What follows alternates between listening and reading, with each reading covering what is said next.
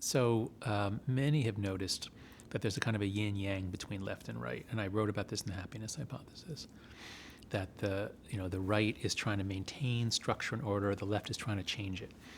And you don't want a car with only a gas pedal, you don't want a car with only a brake. And that's sort of what I went into The Righteous Mind thinking, left, right, left, right. But by the time I was done with the book, I'd been reading and meeting some libertarians who at the time were seen to be on the right because that was part of the Reagan coalition. But psychologically, they're really different from conservatives. They're not conservative at all. And I have a paper with Ravi Iyer where we have the biggest paper ever done on libertarian psychology. If you're listening to this podcast or this recording, go to yourmorals.org. You can take our surveys. 1 million people or so have done so. And from yourmorals.org. And so what we found, we published a lot of papers from this research. What we found is that libertarians really value liberty, and they're lower on care. They don't care about their friends as much as liberals and conservatives. They are low on loyalty. They're low on sanctity. They're very rational. They are the smartest people out there. They really are extremely intelligent. And there's a lot of psychological terms for this. They're high on systemizing, low on empathizing.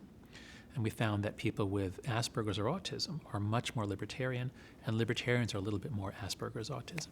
So they're different psychologically, and I think they play an incredibly valuable role because left-right is locked in this stupid fight over all these basic things, and both end up creating systems that are subject to decay and inefficiency and a loss of dynamism. And the libertarians come along, and so I read Reason magazine. I'm not a libertarian myself, but I love reading libertarians. I know a lot in New York. I like them a lot because they're always like, look what happens, especially if you let the left get control of something. They're going to regulate, do this, that, and before you know it, the thing is just dead. And that's kind of Europe. Europe is there's no dynamism. I think 0 of the top 100 companies are European, or that can't be true, but it was some amazing stat like that. So I think if you have a creative tension between progressives, not the far left of today, which is identitarian, but between the traditional liberals pushing for rights and equality, and you have conservatives saying we need to preserve structure and order, and we don't want chaos, we don't want crime. And then libertarians saying we need freedom and dynamism. The libertarians are really great on dynamism. If you keep those three in mind, I think you get a good society.